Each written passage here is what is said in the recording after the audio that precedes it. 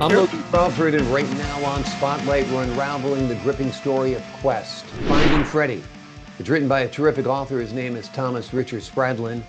This fascinating book takes us back to the year 1976, where Spradlin embarks on a high-stakes mission to locate a missing client in the politically unstable climate of Nigeria.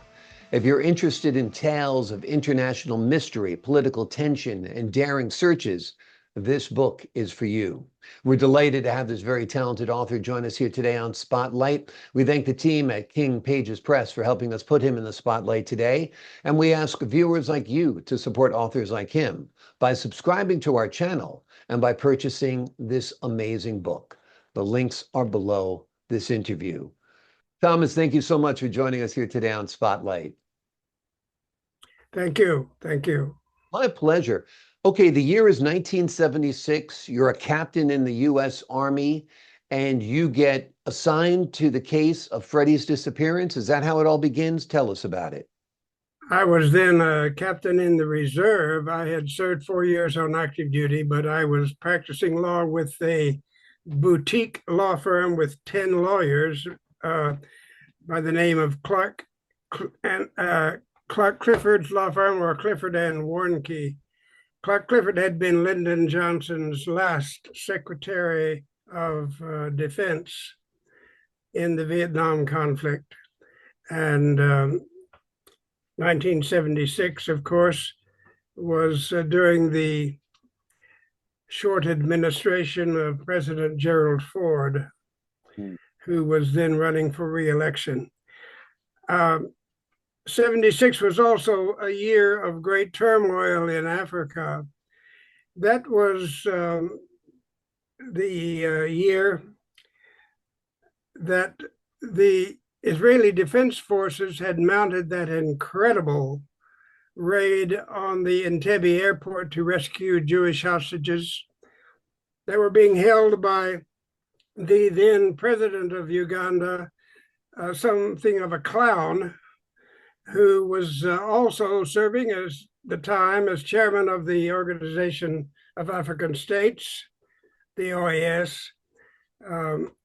He later died in exile and disgrace, as he will have should have done. But 76 was a very violent year in Africa, and I wrote about it under circumstances that I can describe later in answer to your questions, which you may well ask. Sure. So tell us, who was Freddie and how did he go missing? Freddie was the nickname by which his family and friends called him. He was president and CEO of Nachman International Trading in New York City. They specialized in the sale to foreign governments of electronic equipment. And Nigeria had just announced its 5-year plan, which involved the installation of an enormous amount of telecommunications equipment. Freddie thought that he could well provide some of that material, and against his wife's better judgment and perhaps in retrospect a careless decision on his part in light of the anti-Israeli, anti-Semitic views that Idi Amin was fomenting among the members of the OAS.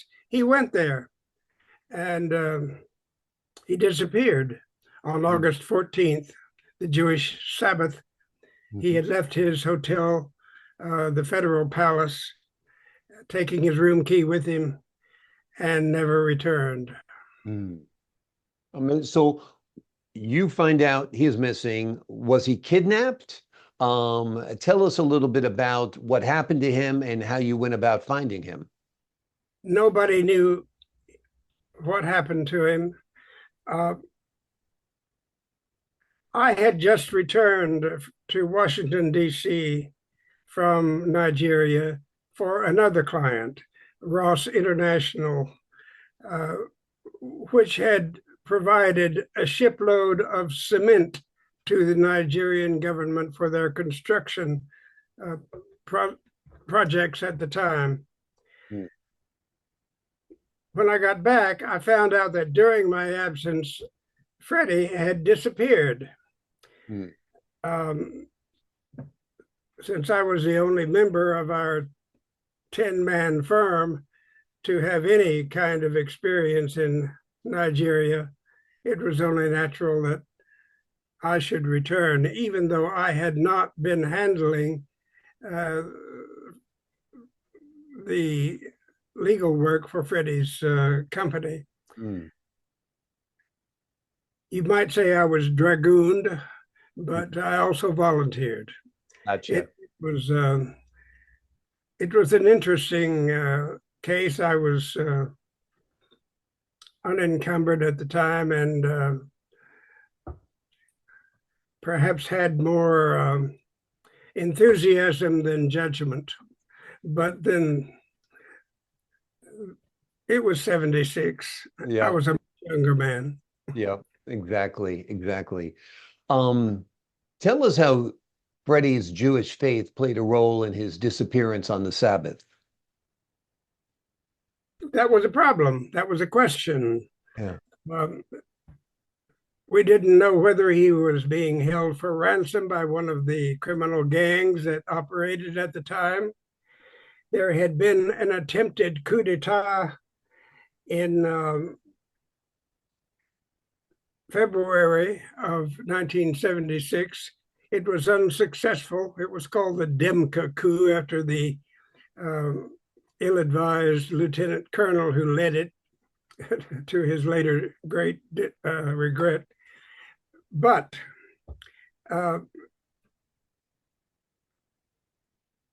there could have been forces at work that wanted to do harm to any Jewish businessman in Nigeria at the time. Right. They had not received any ransom demand, however, so it could have been that he had fallen victim to political elements following the coup or the attempted coup. And Nigeria had severed ties with the state of Israel, diplomatic ties, following the Entebbe raid, which was spectacular in itself. Yeah, absolutely. The book contains a summary of that raid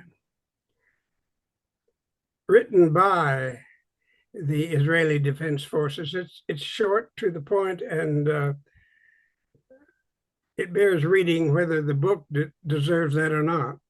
Mm-hmm. Well, the book definitely deserves reading because it's a very impactful book. Can you share with us one of the most memorable moments from your quest to find Freddie? Is there something that stands Yes, out? Was there a challenge you had to overcome? May I go back to a little earlier in the case? Sure. When I had returned from Nigeria in August from the Ross International Demurrage trip, I had only a single entry visa. Time was of the essence, and it was a time when it took months to get even a single entry visa. I had to make arrangements with the attorney in Lagos, Nigeria, with whom I had worked previously, to try to get a visa to enter the country. I went to Nigeria as an illegal. And when I arrived, I was, of course, arrested and thrown into the jail at the airport, awaiting transport to one of the prisons in downtown Lagos. Peter was my Peter Johnson, my co-counsel, was feverishly trying to secure an emergency visa for me, and he managed to do that in the nick of time, just before I was to be transported down to Kirikiri prison, where I might not have survived the night. After that, it became a matter of trying to gain some assistance from the American embassy and the Swedish embassy. Freddie was a Swedish national. Mm-hmm. He had lived in the United States under a permanent residence visa for 30 years. Why he had not obtained U.S. citizenship, I don't know, but the Swedes felt no obligation to him. He had only one of their passports. The U.S. said that since he was a permanent resident only and not a citizen, they couldn't help. So he was pretty much on his own, with only me to try to find him. Yeah. It happened on Karamo Beach at night. I must say that by the end of the 2-week period, 9 men had died, and one of them died that night. They all deserved it. There were no innocent victims in this, but it was a rather interesting 12 hours. I'm sure. Yeah. Very nerve-rattling 12 hours as well. Well, I think they had the right man on the case, because you seem like you knew no fear at that point. We're going to save the rest of the story for the book. We have set it up here very, very nicely. It is a fascinating tale. The book is called Quest, Finding Freddie by Thomas Richard Spradlin. It's a fascinating book that takes you back to 1976, when Spradlin embarks on a high-stakes mission to locate a missing client in the politically unstable climate of Nigeria. If you're intrigued by tales of international mystery and political tension and daring searches, this book is for you, and I think it would be a terrific film. We need to find a young Charleston Heston to play the part of Thomas Richard Spradlin, and I think we'll be all set.